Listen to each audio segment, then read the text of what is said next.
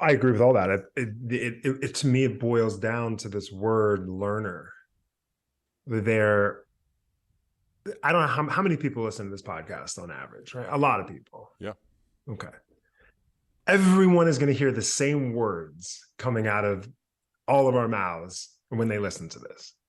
But just like in any given organization, right, 20% of these people that are listening are going to take this information and thrive with it.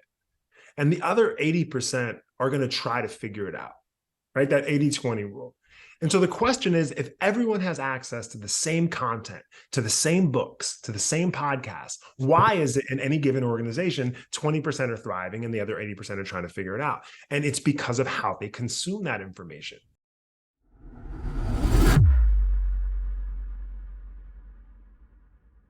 Colin, Garrett, it's so great to have you here on the Learning Leader Show. Welcome.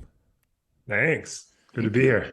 To start fast, I wanted to focus on something you guys write about called the abundance mindset. And this is for Colin. So you were meeting with a new sales rep named Matt that worked for you at Bitium.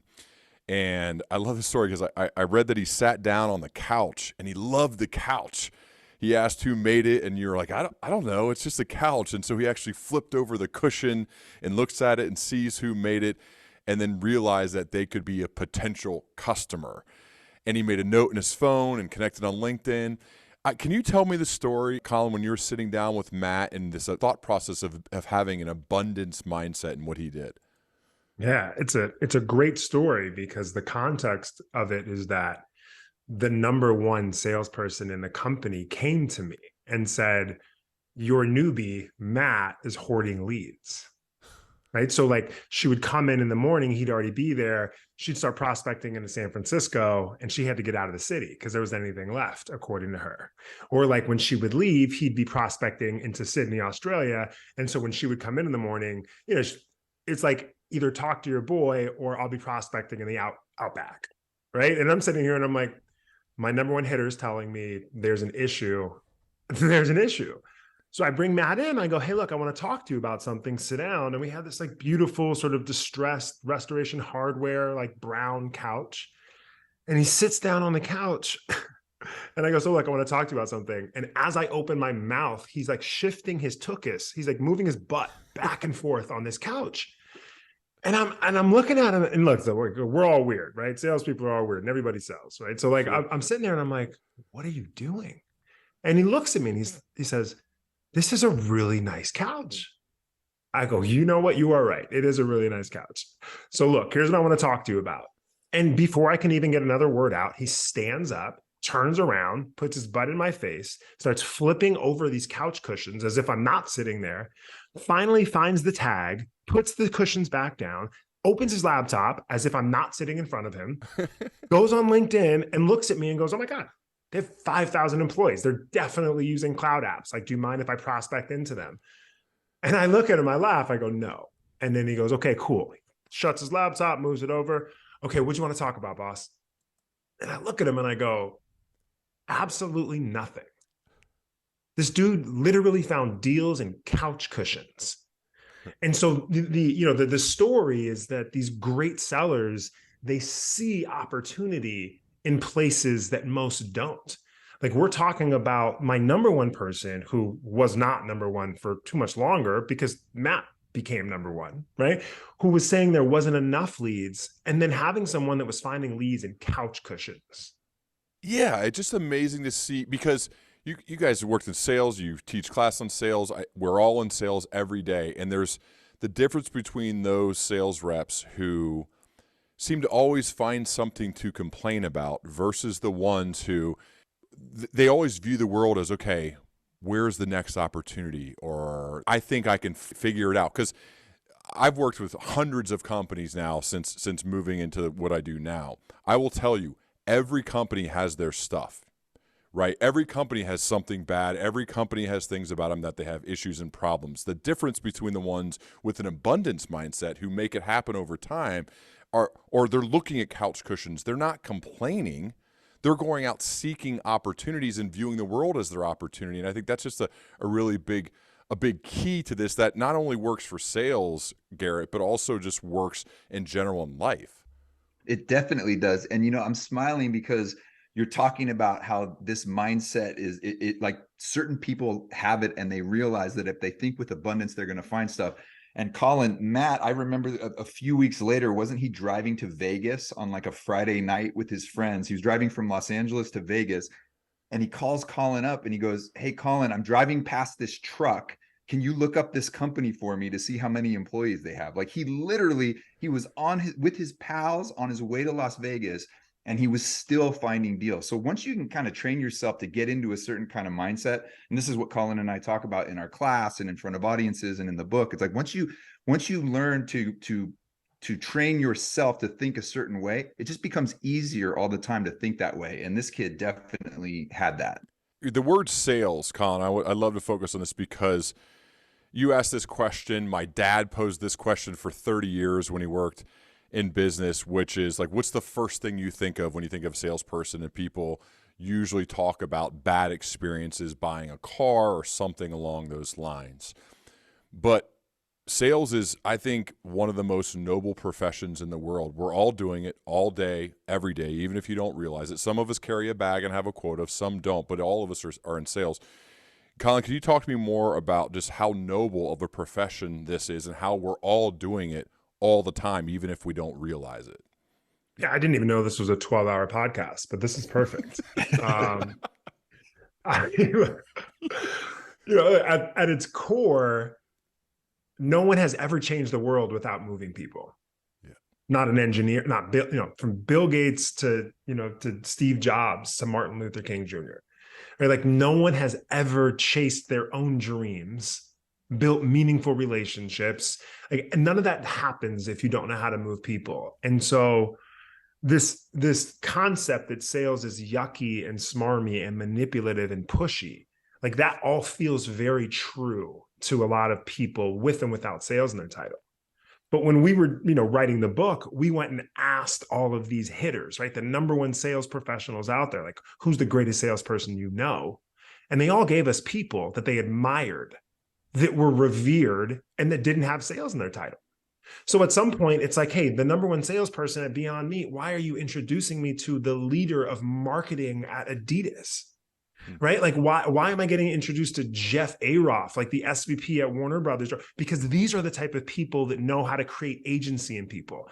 Like they know how to make people feel like they are part of the decision-making process. Like they're the smartest people in the room and they're trying not to be. Like these are the best salespeople in any room. And we were listening to like these great sellers with sales in their title say, these are who I look up to. And we're like, well, this makes sense. And that began a really interesting trajectory for this book where it was like, no, this is not about what great sellers do. It's about what great sellers think. And the greatest sellers on the planet, we're starting to find out, are the exact opposite of who people think they are, right? They're not gregarious. They're not sociable. They're not self-confident. They're the most self-aware people in the room. They said some shit. They know it didn't land. They can course correct real time. Right? They can talk to their people and know that their people aren't listening. They're waiting to speak and adjust. Like these aren't competencies that come with selling cars. Like this is like selling an idea, selling yourself, selling products and services. There's 20% of people that are doing something special. And then there's 80% that are trying to figure it out. And those special people are just hyper authentic to the point where they give themselves permission to do things most of us are intentionally hiding. I don't like to always bifurcate things and say it's either 0 or 1. But for this question, Garrett, what do people think make up a great sales professional versus what actually makes up a great sales? And this is for both of you guys. So Garrett, go first, and Colin, feel free to build. Yeah, it's a great question.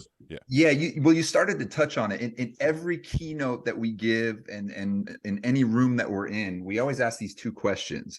And the first question we ask is what you mentioned, which is, what do you think of when you hear the word salesperson? And it doesn't matter if we're asking salespeople this question, non-salespeople, the answers are always the same. It's always the smarmy, pushy, used car. Like there's always, always, always a negative connotation. And then when we ask them the second question, which is, who's the greatest salesperson you can think of? alive, dead, you know them, you don't know them, it doesn't matter. Then we start to hear all of these amazing names that are not actually salespeople. And the crazy thing is, you know, over thousands and thousands of times, or people that we've asked this question to, the top two answers that we get to that second question are Steve Jobs and Martin Luther King, like people that are revered in their spaces. And a not too distant third is a family member, my mom, my brother, my son.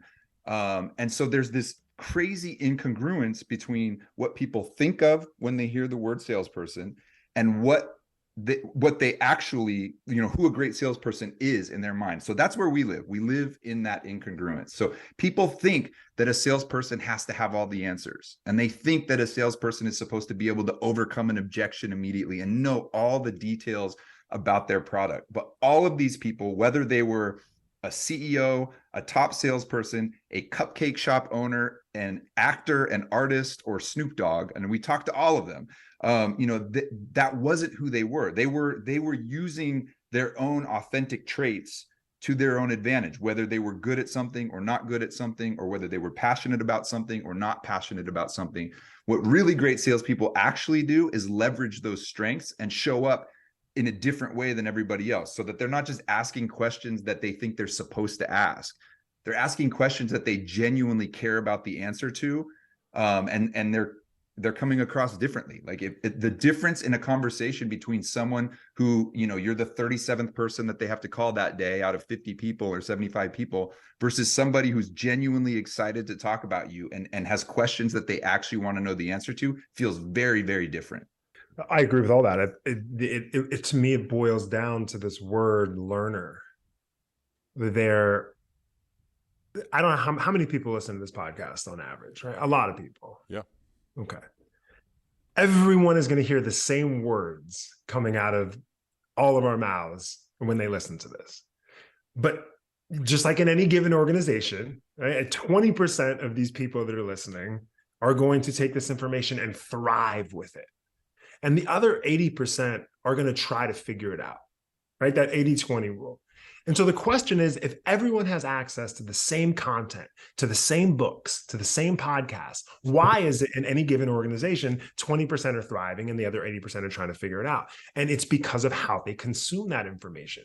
So these great sellers at their core are learners. Like Garrett said it, it sounds so trivial. It's the most important thing we found. They ask questions they actually want to know the answers to. They don't ask leading questions. So they're getting in the conversations, and they think differently about the people that they're talking to. So they ask different questions. And a lot of times the questions that they're asking, people have never heard before. So you got this like person who's very purpose driven and sees their purpose in you and like sees themselves in you. And they're asking you a question most people would never care to ask. You've never heard it before. And now you're ideating for the first time in real time on an answer. All of a sudden the sale is done because you're not sold, you bought. That's your answer. You took ownership in it. That's not a leading question. So like when you think about who these great sellers are, they're the antithesis of who people think great sellers are, because they're not know-it-alls. Like they don't have this belief superiority comp. We talked to an advertising technology executive, like a hitter, and she does not like technology. And she told us like early on in her career, she figured out this like magic pill by just being honest with people when they would ask her about the tech. Instead of like giving the high level response that she thought she was supposed to say, she'd just say like, I don't know. But she loved people. So she would go and fight like hell to get the answers. And she was telling us that she was getting more credit for fighting for answers and being resourceful than she was for acting like a knower. You know, so I could go on for way too long, and Garrett smiles because I go on tangents, so I'm going to stop myself. But that's just like one example. They're not knowers. They're learners. Are there specific examples, or what are some specific examples of quality questions? Are there commonalities among the questions asked? I know that's it's what they genuinely are curious about. I understand that like foundational element of it, of leading with this intellectual curiosity. Let's get tactical for a second, I guess. Are there some that you kept hearing over and over as you're interviewing all of the greatest sellers in the world? It depends on the situation. It's not we've said multiple times, and it's important to say again, like they're asking questions that they actually want to know the answers to. So in any sales situation, in any situation where you're leading other people, there are certain things that you have to ask and that you have to know, right? And so a lot of times you're going to ask those questions. A typical traditional salesperson is going to ask those questions because they have to, and they're going to go down their list and they're going to check those things off. The difference is that those people are only extracting value. Tell me what you need. Show me how to sell you. What's your but? Like, give me information. When I hear that question, what keeps you up at night? To me, it's like, oh no, I'm being sold, and people don't want to be sold; they want to buy, right? It's such a great example.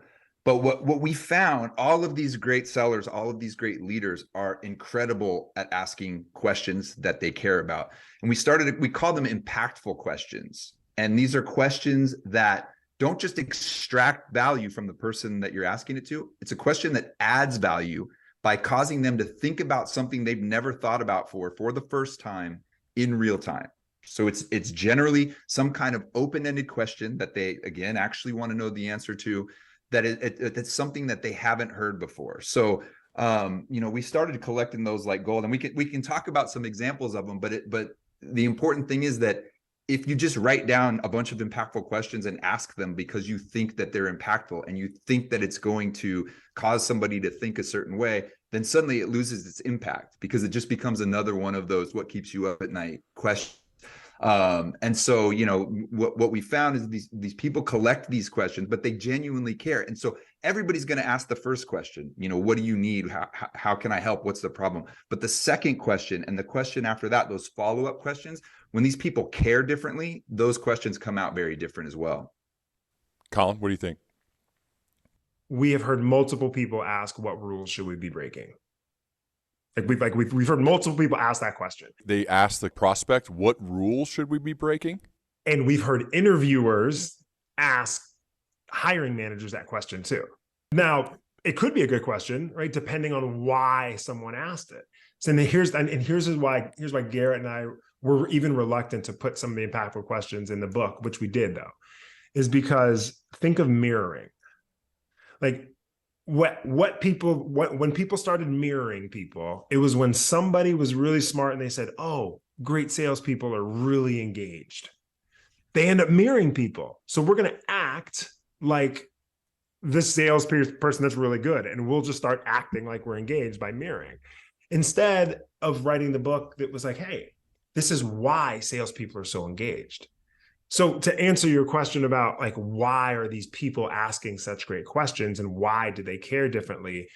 It's this malleability of the brain conversation that we keep coming back to. Like if you look for the good in someone, you'll find it. And if you look for the bad in someone, then you'll find it. And these people are looking for things that a lot of other people aren't. And then these questions start arising. And I'll give you an example. The Bob Dylan story in the book, right? For the audience, I'll just give it really quickly. Yeah. We often get hired for consulting jobs. A lot of times the people that we are consulting are older than us, and at least one of us for sure. And so we get in this room, long story short, the only person in the room that was the hitter, like the number one guy, he was just really upfront about us not needing to be there. Didn't see any value in us. And so we were like, okay, we'll tell you what. We have this exercise that we want you to do. You don't need this, but everybody else does. So if you can just be the example, this will work for everyone else. We want you to fall in love with a prospect. And he looks at us like we're crazy. He's like, what? Like, yeah, we want you to take 3 minutes and find 3 things that you love about this lead. And he just like looks at us and he goes, I'm not falling in love with anybody. This is the cheesiest thing I've ever heard. In fact, I thought you guys were the authenticity guys, like, right? And we're like, just do it. And he's like, I'm not doing it. And then finally, we're like, why? And he goes, because it's not a qualified lead. And we're like, fine, we'll tell you what. You don't have to take the lead. Just do the exercise. And then we'll give the lead to someone else. He goes, fine. Gets on his laptop, the entire Salesforce behind him. About 30 seconds in, he's looking up on LinkedIn and he goes, huh. And we go, what?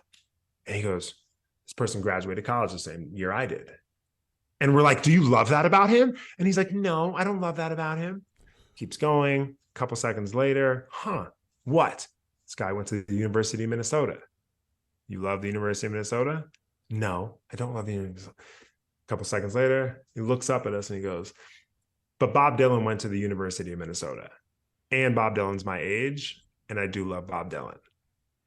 So we go, thank you very much. This worked, right? Like the whole point was just that you are going to show up and ask different questions now because there are answers that you want to know about that most people don't. And we're like, we'll give this lead to someone else now. We'll give it to a newbie. And he goes, not a chance. I didn't spend 3 minutes trying to fall in love. I want to see if this is real, right? Because you're falling in love with the idea of who this person is. These questions start to formulate in your head that you're dying to know. So you get in there, you do your normal discovery. At some point, you start talking about the career trajectory. We're watching this, and he figures out a way to get into Dylan. And he starts asking questions about this guy's college experience that no one has ever asked a CTO. No one cared to ask these questions. And that guy bought. Like it was an unadulterated bro fest. We're not proud of it. It was really funny to watch. And at the end of it, he comes back and the guy goes, look, he didn't buy because I fell in love with him. He bought because, we had a product that fit his needs. And Garrett and I are like, yeah, I guess, but you would have never taken the lead in the first place. This book is about why great salespeople are so engaged and how to create and scale the infrastructure, like the leaders that are listening. Like what people are good at and what they love doing are not always the same thing. But when you can figure out a way for those two things to converge, right? When you have a culture where people are looking for the good and what people are saying and doing, selling is not a bad word anymore. I'm really glad you told that story too, not just for the reason of questions, but that's why we're so obsessed with mindset and shifting the way that you think in order to shift the way that you show up. Because there's a traditional sales training, a 3x3 that people listening might have heard of before, where they'll tell you to spend 3 minutes before a sales call or a sales meeting, finding 3 things about the person you're going to talk to that you can leverage in the conversation, that you can use to build rapport, that you can use to promote your product, whatever. And the subtext has always bothered Colin and me because it's like, it's always about how do I leverage this against the person that I'm selling. Yeah. And so the example that Colin gave is something that we teach and that we talk about in the book is spend those 3 minutes because the research is important. But instead of finding stuff that you can leverage, find those things that you actually love about the person. And we're talking about the real L word, and we realize how cheesy that can sound. But think about the difference in a conversation between somebody, again, that's just a name on a list versus somebody that you're so excited to talk to. And so that was what that exercise was. And that's why our class is called Sales Mindset Entrepreneurs and why our book is about mindset and why we're so obsessed with it. Like I never really loved the product. I thought it was a good company. I was selling a good, solid product that was useful. It was needed. I actually fell in love with the process of meeting the person, understanding their business, and just genuinely trying to help them. I mean, as simplified as that's as simplified as I could put it, that the fact that what I was offering would make their life better. That is all it takes. And I think if you show up in that manner, because basically what you guys are saying are be authentic and be genuinely a likable person, and people buy from people they genuinely like. Now the product does have to, it's got to hit, right?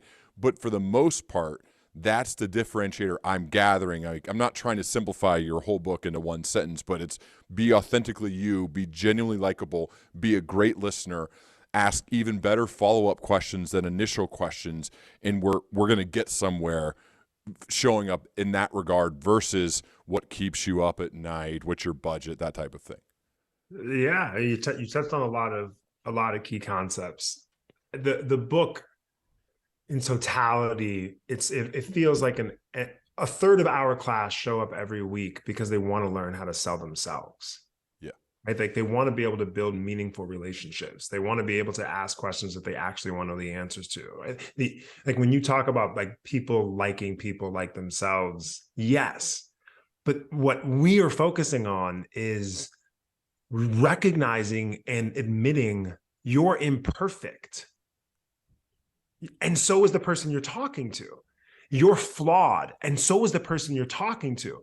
And when you try to be the best version of yourself, to show up into these conversations and act like someone you're not, because you don't think your flawed and imperfect self is equipped for this sales situation. So you show up as what you think the best version of a salesperson looks like. And then we smell it either because you sound way too perfect. And we know that's not true because there's no such thing as perfection. I mean, during lockdown, we saw these two distinct groups of sellers flip-flop in the rankings. Like during lockdown, these across multiple verticals, there were these sellers that were doing exceptionally well during lockdown, but they were underperformers before COVID. And we had a similar group, similar verticals that historically were the top performers, and during lockdown they were underperforming. And so when we went and started looking at all the tape, what we saw was that most of the conversations sounded the same, like at the onset. So you'd hear, like the first group that was all of a sudden doing really well, they would enter most conversations saying, I don't even know if we should be having this conversation right now. Like, thanks for showing up. That is my 2-year-old behind me. That is my wife with a mask chasing him. That's school in that corner. Yes, that's laundry, right? Like this is very weird. And I'm just calling out the elephant in the room. And every time, almost every time, the person on the other end of the Zoom, the reciprocation was so beautiful because it was so obvious that they were living through a shared experience. They would just go, oh, thank God you said that. This is my first pandemic too. And they start catching listen, I don't think we've ever seen a customer and a seller, regardless of who that is. If that's a boss and their people, or an investor, or actual customer and seller, we've never seen two people on opposite sides get on the same team through a shared experience in like the first 10 seconds. And that was this aha moment for us, because the only reason why they were comfortable sharing this authentic, imperfect side of them was because they assumed the person on the other end of the Zoom was going through the same imperfect situation. And that is the microcosm for this larger conversation that we're seeing across all great sellers. They know the person they're talking to is exactly like them, right? Whoever they expect them to be, that might be buttoned up and perfect, but they're hoping, to your point, they're just like me. Yeah. They assume they're living through a shared experience, and that's the vibe. So, and then obviously Garrett, the second group, did the exact opposite, right? They showed up and they're like, hey, thanks for coming. Here's the agenda. Let's get started. It's funny, I found even more so today, getting informal quicker by my language. You know what I mean? By calling a prospect a dude, or like, it's as weird as it, like I do that when I make introductions, they're always very informal, usually by text now. We're not robots. We're humans. We say, dude, this is how we talk. I'm not going to get formal. And when you do that, it's amazing how fast. I just did one 3 hours ago. It's amazing how much quicker people connect when you skip the part where you have to be formal and you just go straight to the informal, and all before you know it, you're almost like friends. You're on the path, as you guys would say, to falling in love. And that's like I don't know. I just kind of stumbled into that over the years of getting past the formalities and get to the informal. You get closer quicker, I think. We're meeting somebody for the first time, and you jump on a Zoom or on a call, and you start to just immediately connect and have this amazing conversation. There's been a couple of times where we've been having conversations, and I would stop the conversation and go, just hit record, because this is actually what people want to hear, right? And sometimes if you're in a formal setting, it takes a little bit longer to get there. You eventually do. But for some reason, when guards are down and when people are just connecting human to human versus the stereotypes that we all have in our head, and there's a lot of science in this book. We talk about schemer's schema, which is basically that we have this image of when somebody is trying to persuade us or influence us or convince us or sell us, we have this image in our mind of what that is supposed to be like, and we put our walls up. And so it takes time to break that wall down, and it takes authenticity and credibility and a bunch of other things. But when you're just in a normal setting, getting to know each other, that goes away. And so that whether it's the falling in love or the other mindset things that we talk about, that's really what it is how do you get yourself into that state as opposed to this this role of a seller versus a buyer, or a leader versus somebody you're trying to influence, and so on. You saying dude is like you being vulnerable and authentic. Like you're Right. showing the side of you. And what makes you great isn't that you said dude. It's that you've given yourself permission to say dude, because you know that the person on the other end uses that word normally. And You know what I mean? But that wasn't a tactic. Right. It's just how you Right. normally talk to your friends, and you just skip the part about not being friends, and we're just going to go straight to it. That's your permission. You giving yourself that permission is actually what makes you special. I remember showing up when I was engaged, and I would like tell people I'm sorry being late. My wife wanted to like discuss wedding planning. Like she wanted to discuss the difference between tulips and bougainvilleas, right? Like I gave myself permission to just open up and immediately be like, look, I'm sorry. My fiance is really, really like getting into this wedding planning, and people would, the reciprocation, just like when you call someone dude, like, and they go, oh, finally, I'm talking to a real one. Like everybody that would hear my fiance, statement, they respond. They'd be like, don't worry about it, Colin. It gets way easier on your second marriage. True. That's a quote, right? Like, because I give myself permission to just be honest with them, because I don't think they're going to judge me, because I see myself in them and I think that they're normal, meaning they're abnormal, just like me. Like that gives them the ability to look for the good in you. That's what sales is, right? Like a successful seller, like people believe in you. They're looking for the good in what you're saying. They're looking for the good in what you represent. One of the stories you guys write about, when I believe it was in the section of acting like a teammate, not a coach, Will Smith had a manager whose name was, or nickname was, JL. And I think Will had told JL, I want to be the biggest movie star in the world. I want you to help me do it. And at one point, when Will was, I think, had not made any money yet, he had gotten a big time offer for a movie. Can you guys share the story of JL and how his surprising response to that big time offer? Yeah, absolutely. So, this was at a point before Will Smith had made a lot of money. He wanted to be the biggest star in the world. His manager was, I can't remember if he's living out of his car or just couch surfing. His mom's house. He was at his mom's house. He hadn't made any money either. And in comes this really big offer for Will Smith to get paid a whole bunch of money for, I think it was $15 million to do this movie. Like 8 heads in a duffel bag? Yeah, 8 heads in a duffel bag, which did get made. Yeah, not with Will Smith, because what happened was JL came in and he said, it was $10 million actually. And JL came in and he said, Tom Cruise wouldn't do this movie. The biggest stars in the world would not do this movie. And if you want to be the biggest star in the world, I don't think you should take this $10 million. And, Will Smith's like, what? And remember now, JL had no money. He was living at his mother's house. 15% of $10 million, he would have made $1.5 million. And he said, Tom Cruise wouldn't do it and you shouldn't do it. And Will didn't do it. And then eventually, not too long later, Will Smith took a role in 6 Degrees of Separation, which was like a heavy drama. He made $300,000 for that instead of $10 million. And JL just knew that even though he was quote unquote selling his client, right? Selling an idea or leading and influencing is selling. He was selling him on less money, knowing that instead of making 1.5 million, he was going to make, a few $1,000 instead. But he did it because he knew that was what was best for his customer, his client, Will. And, the rest. He eventually did become the biggest star in the world for a while. Playing the long game, right? He was truly playing the long game when nobody would have faulted him for saying, let's cash this check, man, and then figure out the next step. Let's just cash it because we got to get paid. And instead, he was able to delay gratification, which is a superpower, and I think what great sales professionals are able to do, because they see the longer play, the longer game, than just taking the short hit.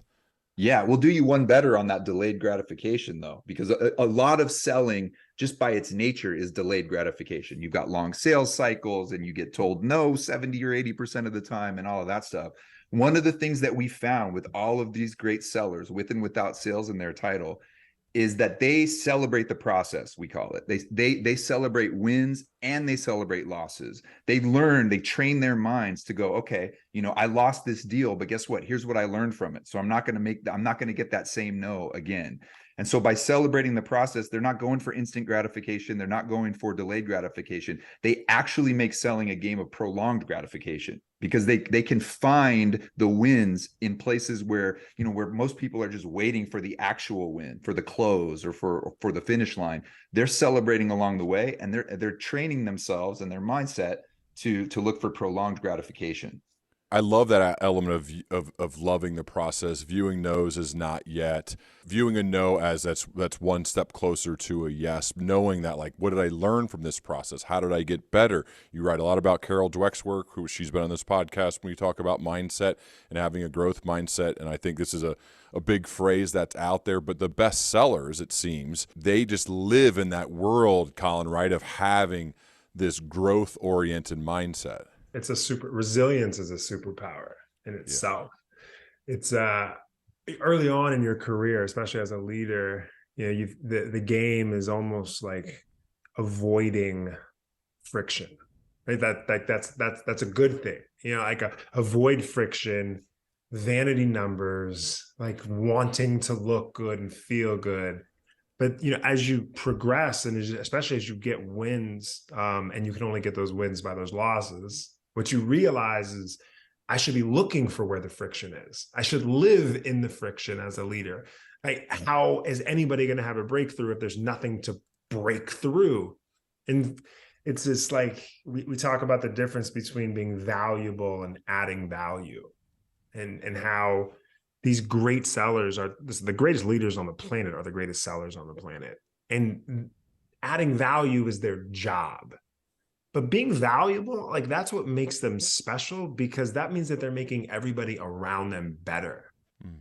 And we have so many amazing stories in the book of just such valuable people that could have thought transactionally, but instead thought transformationally. As you were saying that, I was thinking about Roy Choi. Yeah. Chef Roy Choi is an amazing human being, and he's a well known for his restaurants, for his food truck. He led the food truck revolution. So people don't remember, but 20-ish years ago, there were no food trucks on every corner like there are now in big cities. And he's the subject. Partly the movie Chef is based on him, and he was telling us about about when he decided with a partner that they were going to start these food trucks. And he had to do a lot of different types of selling at that time. Like, he had to sell customers on the fact that you don't have to go to a restaurant to have a great dining experience. You can follow me on Twitter and then meet me at some parking lot and get a great dining experience. And he had to sell investors on the same thing. Like, this is a viable business. You don't have to have a brick and mortar place to invest in.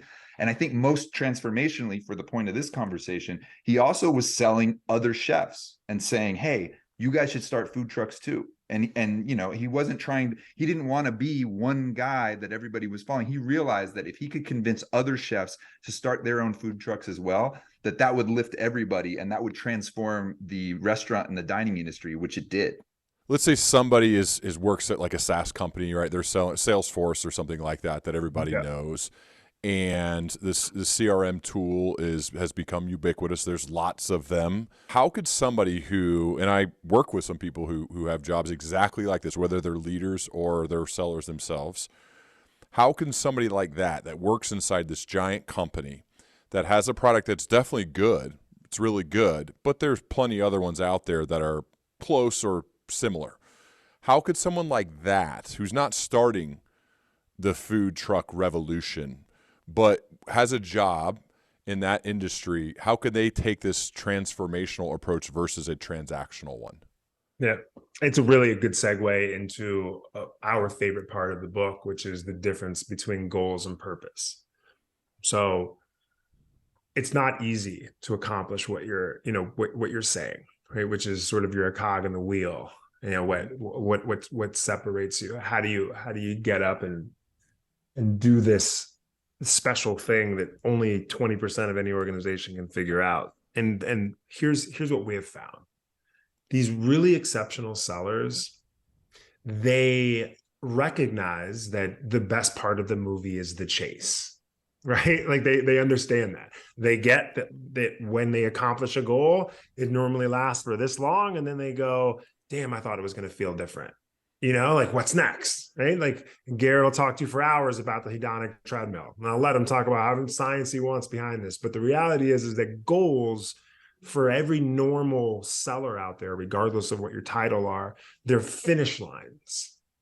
But these great sellers have figured out a way to stay in the best part of the movie, to stay in the chase, even while they're accomplishing their goals. And the way they do that is by creating a purpose. Because when you can create a purpose, your purpose is now the finish line. And then your goals are just mile markers. And like a purpose is elusive in the best way possible. Because like you can get close to it. Like you can serve your purpose, you can live your purpose out, right? And you can do all these things, but you can't catch it. So they've been really intentional about showing up to work every single day and seeing their purpose in the people that they're selling. And so when you see your purpose, like if I see my purpose in you, I don't want to just add value. I want to be valuable because you are literally helping me serve my purpose. I guess serve is literal. I can't say that, but sorry, Garrett. You know what I mean, though? So when you say, like, when you ask the question, like, how do these people show up and be so exceptional when they're selling a commoditized product? That's the point. You're selling something that's commoditized. So people are making a decision to buy based off of who they'd rather spend more time with.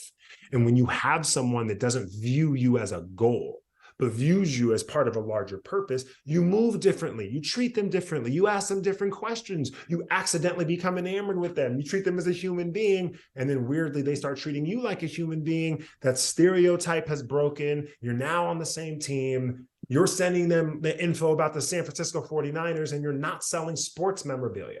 You're just doing it because you know that he's a fan, and like you care, not because you have to. When you see your purpose in other people and then they suddenly see their purpose in you, it makes it really easy to be more transformational. You don't have to change an entire industry.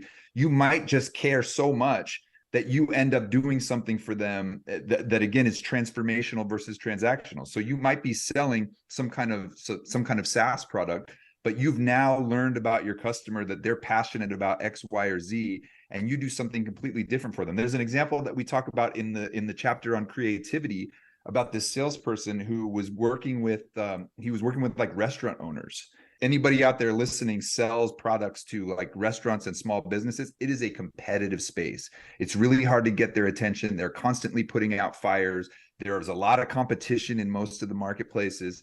And so he started to just listen to his customers, and he started to hear similar problems over and over again.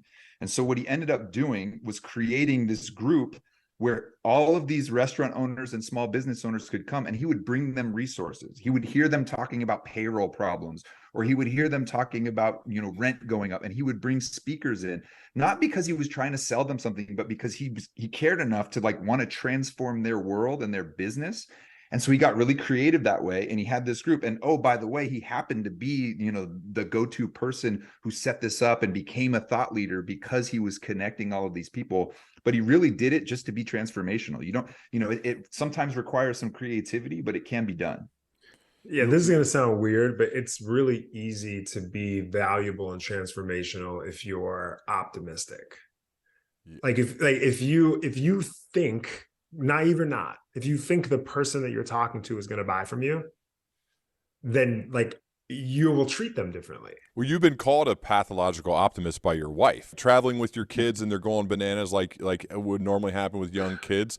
And I think I sense you view it as like, this is going to become a great story someday. Like and your wife, God, dude, can you stop being such an optimist? I have a great relationship with my wife. She's in a profession where she gets to really dig into mindset stuff too. My wife and I can debate like if optimism is the healthiest thing for a human being.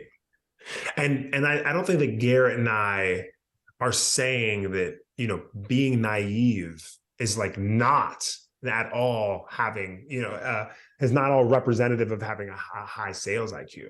But what we found is that when people are talking to other people and they don't come off acting like they need something from them, they have a real vibe.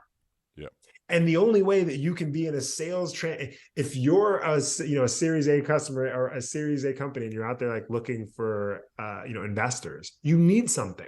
Like there's a hierarchy. If you're a salesperson and you're talking to a potential customer, you need something, right? Like you want something from them. But when people believe differently, okay, and there's lots of reasons for it, not just being naive. If you believe that the person that you're buying or that you're talking to actually is going to buy because what you're selling is really good and you believe in it and you understand their problems and you care differently, then you'll just start talking to them as if you have nothing to lose and you become a real one exponentially faster than everyone else who's just trying to put on a show. And we know what it feels like to sit in front of a talent show, you know? My very first sales job, it was a smile and dial kind of a monthly quota type job. And if you listened to my calls and measured me after I had exceeded my goal for the month versus before, it's like a different person. It's like, why am I selling so much more in the second half after I've hit my goal than before? It just took so many more calls, so much more work to do it. It's because I was more relaxed. I didn't technically need it. I wanted it, but I didn't technically need it. So I was just more relaxed as a conversationalist, and then more people. So you just like pile it on. It was a weird snowball effect towards you were enjoying it. Months. You're crazy. You were enjoying a sales conversation. What's wrong with you? Right. The best way to sell somebody something is to not try to sell them something. It's the crazy paradox of selling. But the thing that's important to note too, and that goes back to the schema, right? You were no longer coming across as that schemer. The thing that's important to note is that these great sellers, these great leaders, they're not doing this stuff as tactics. Right. They're not thinking, oh, I'm going to do this and then it's going to ingratiate me towards this person. Like they're doing it authentically because they care. And one of the things when we talk about the 20% of the people who are going to consume this differently, some people are going to go out and they go, okay, I heard Colin and Garrett. I know I'm going to go out there. I'm going to act authentic and I'm going to be good. No, don't act authentic. Be authentic. Yeah, I got you. I'm going to act authentic. I'm going to be good. No, don't act authentic. You cannot, by definition, you cannot act authentic.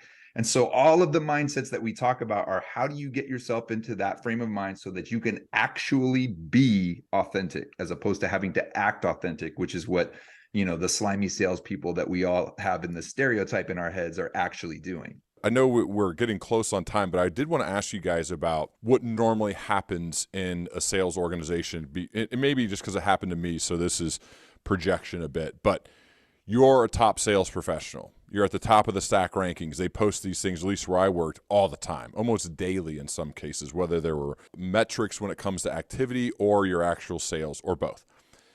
And then eventually a manager job comes open and they say, all right, we post the job and everybody applies and they allow like the top 3 or 4 sales performers to then go to the interview process to become a manager.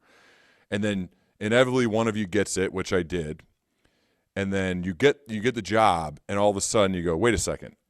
I was a top sales professional and almost none of that has anything to do with being a manager. How do you guys help people avoid the Peter principle? How do you help people avoid this issue of getting promoted and not falling on your face for a year or two when you're in a new manager role? We call it selling. And once everyone realizes that the word sales is not yucky, and when you're a manager and you're selling yourself and you're selling ideas, right, and that's okay. Okay. Selling internally as a manager, as a leader, is a different skill set than selling externally. And so while we can train for that, right, we can also hire for that. And one of our favorite hiring questions out the gate is, would you rather be the number one seller in the room or the highest paid seller in the room? And a lot of people won't notice the difference. But the ones that do, like the ones that are motivated by more than the money, they're very indicative of the leadership skills that, quite honestly, you're trying to hire for, because they're the hardest things to train. It's hard to train for self-awareness and optimism and competitiveness and inspiration. These are things, if you can hire people that have that, you can train them on all the nuts and bolts of it. As a manager, If you're not excited about the idea that if you're doing your job right, people beneath you will be making more money than you, Wait, you are not the one. I remember that, taking a massive pay cut for a couple Yeah. years, because if you kill it as an individual contributor, your percent to plan is going to be so high that you hit escalators and you're going to make a ton of money. Even if your base salary is a lot lower than the manager, you're going to out earn them by quite a bit. It's almost a cliche at this point to say that it's a different skill set to be a manager versus being a salesperson, but it's also not salespeople's fault. There are a lot of people who fall into that trap where they're like, okay, I'm going to be a manager now, and then they suck at being a manager. It's not their fault. Like most of the system, the career ladder is just built that way because there's not really any place to go for people who don't realize, hey, I can just be an individual contributor for my entire career and be happy. There's not really any place to go other than manager. A lot of times, you look at the best CEOs on the planet and they come from sales backgrounds. And that's not really that surprising. It's important to have self-awareness of which type of person you are. You were talking about my wife. She, has an incredible sales career, and she's been asked many times to go after certain management roles. And she's smart enough to know, like, I don't think I would enjoy that. I really like where I am, and I like contributing here. And yeah, there's a path for me forward, but it's not that. It's a different one, and I'm going to carve it out for myself. Another great example of these people with an unsold mindset in the book, right? They're not boxed in by what they're supposed to do or what they're expected to do. They realize they can figure it out. They can find a different way that's going to work for them. We will advise clients all the time, create a culture where everyone knows that you won't get promoted from the top up. Like, you will never, like, if the company knows you do not get promoted from getting pulled up, the only way you get promoted is by being pushed up. You can start to create like this competitive culture based on camaraderie, because it doesn't matter if I'm better than you. If I want to be a manager, the only way I'm going to get promoted if someone else tells you that I've helped them. When I'm having my one-on-one with the rookie and I'm like, why are you hitting your numbers all of a sudden? You were about to go on a PIP, because Garrett has been showing me his impactful questions. Yeah. Garrett's getting promoted because he got pushed up, not because, Garrett, you have been the number one person for the last 4 years. I'm going to pull you up. What got you here isn't going to get you there. But we can start to create the infrastructure and the incubation, to get people to go up. I like that. A friend of mine who's a basketball coach, they name their team captains after the season, and the players vote after the season. Who were the ones who were the actual leaders, not before, when we're still kind of uncertain and unsure. Hey, so you sometimes are the captain of a team and the season's over, but you were still the captain because it got voted of what you actually did. And I think that feels to me like somebody who's pushed up more than pulled up by a coach. Love that. And I feel like that. Can I have one more for both of you guys when it comes to your We got time. Okay, Yeah. cool. I love reading acknowledgments. And Garrett, you wrote, Colin, thank you for seeing something in a slightly insecure, overly analytical introvert and deciding to throw in with me. Very cool statement to say. And I think a creative project like this is really hard to do by yourself, and probably even harder to do with somebody else, because there's just more people, creates more potential mess. Maybe Garrett, you go first.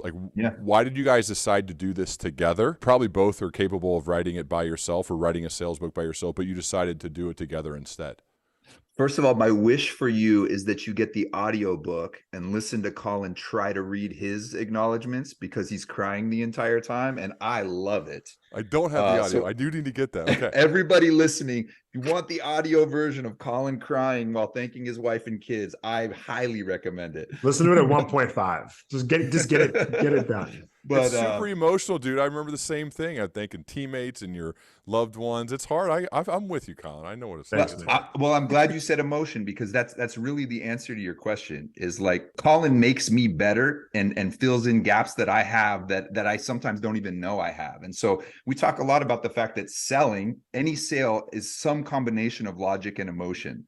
And I'm definitely more logical, and Colin is definitely more emotional. And even when we're on stage or when we're in front of our classroom, we come at problems from very different angles, and people love to see us debate and argue. But what always ends up happening at the end is that we arrive at the same destination. And so just by us being who we are and having those conversations, we get to show people that there's not just one right way to do things, that there's not a specific path to success, that you can be logical, that you can be introverted, or you can be emotional and extroverted and cry when you read your acknowledgments on the audiobook, and you can still get to the same conclusion. And so, you know, I feel really lucky that I get to write with this guy, teach with this guy, travel around speaking to audiences with this guy. It makes everything so much more fun than if I wouldn't like it if I had to do it by myself. We represent duality on multiple levels. But I also think that we represent that there's not just like one way to do something. Like most people will read the book or listen to us and they'll go, Garrett's logical and Colin's emotional. But if you watch us debate, we will vacillate between Garrett being emotional and Colin being logical. And so that really is representative of what the Colin and Garrett, like what we represent, like these bookends. Like you can be an optimist and a realist, AKA pessimist sometimes, but not all the times. You can be, you know, a logical and emotional, you know, an introvert and an extrovert, you know, a diversity of thoughts, of race, of culture. Like you cannot be alike and see yourself in each other so much. And we took 4 years to write this book because we thought we needed every piece of it to represent both of us, which meant coming from opposite sides to meet exactly in the middle, which is not easy. And we hope, I mean, that's our wish for anybody that reads this book, is that because we're so far apart, that they will see themselves in one of us, or worst case scenario, in the middle. The book, it's got a great cover too, but the insight's even better. The unsold mindset, right? The world's greatest sellers are the opposite of who you think they are, redefining what it means to sell. I think you guys did an amazing job. Also, it's that's backed in facts too, because a lot of people are buying it. Hit multiple lists, which is awesome, bestseller lists. And I'm appreciative you guys wrote. I think the profession of selling is noble and one we should all be studying more and should be focusing on and talking about. And even if, like I said, you don't carry a bag or have a quota, you're selling. We're all in sales every day. So it's worth it for us to get better at a very important skill. So thank you guys for doing this. And I certainly would love, I got to actually gig next month in LA. I would love to maybe even connect in person, but continue our dialogue as we both progress, because I think there's a lot more that we can do to try to keep improving. Have you come to the class? Oh, I would love that. That would be cool. Hang out, do a little guest lecture spot, and then we'll go. I would love I would love to sit in and just see what it's like. Like, what's an average class like with you guys? Like, it's probably different. I hear you dress differently than most professors. You're more loose, right? I'm reading about this. So what's it like? It is our favorite 2 hours of the week. There's a very intentional reason that we have class on Mondays, because we get to look forward to our Monday. And, you know, we get every semester, we get 60 of the best and brightest at USC, and we get to feed off their energy and we get to have fun. And Colin just referenced Jimmy Kimmel, because our goal, our vision for this class, okay, my vision for this class, because he likes to make fun of me, has always been like there's the rumor that Jimmy Kimmel's show in LA, people just go and they hang out backstage and it's like a place to be when he's filming. And I always wanted our class, and it's sort of become that, to be a place where alumni come back to the class and guests who are doing amazing things come, and entrepreneurs from the community come in and just sit in and feed off each other's energy and learn from each other. And we created the class that we wish we would have had when we were 20 years old. And so, you know, we half joke that we duped USC into letting us teach a life class just by calling it a sales class. But we get to talk about all of this great stuff that we've sort of started to touch on: purpose and abundance and optimism and all of our favorite subjects. So if you can't tell, we love the 2 hours that we're at SC every week. I want to call that out. Your first question was such an important one about abundance versus scarcity and the couch, right? And our students hear that every semester. They hear that. And that is in the context of like looking for opportunities to sell people, right? But it doesn't matter if that's the first time that they've ever heard abundance versus scarcity. We joke it's a life class because even though the context is about business and sales, they left that class on Monday for the first time, most of them hearing about the concept of living through abundance or scarcity. And that will translate through so many different parts of their life. And like, we know it's an honor and a privilege to be able to be the first people, because, you know, we're not reading personal development books in college. Like, we don't figure that out. And so like, you know, and so way later on, Yeah. a lot of times that's just what happens. They come through a professional development entry point and they exit through something that's a lot more personal, but they're the same concepts. Well, thanks again, guys. This is so much fun. Be cool to do it again too. Yes, I really sir. appreciate it. Say All when. right. All righty.